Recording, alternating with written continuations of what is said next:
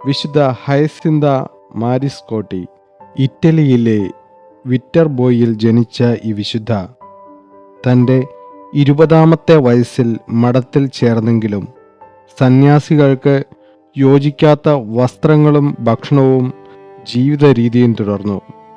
എന്നാൽ കുമ്പസാരക്കാരനിലൂടെ തൻ്റെ ജീവിതം മറ്റുള്ളവർക്ക് ദുർമാതൃകയാണെന്ന് മനസ്സിലാക്കിയ ഇവൾ ശേഷവസ്ത്രങ്ങളും സാമഗ്രികളും ഉപേക്ഷിക്കുകയും കൂട്ടുകാരോട് മാപ്പ് ചോദിക്കുകയും പ്രായശ്ചിത്ത പ്രവർത്തികൾ ആരംഭിക്കുകയും ചെയ്തു.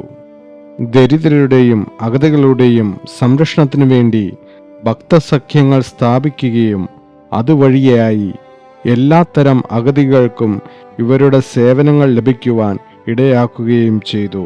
1640 ഈ പുണ്യഗേഹം തൻ്റെ സമ്മാനം വാങ്ങാൻ സ്വർഗത്തിലേക്ക് യാത്രയായി.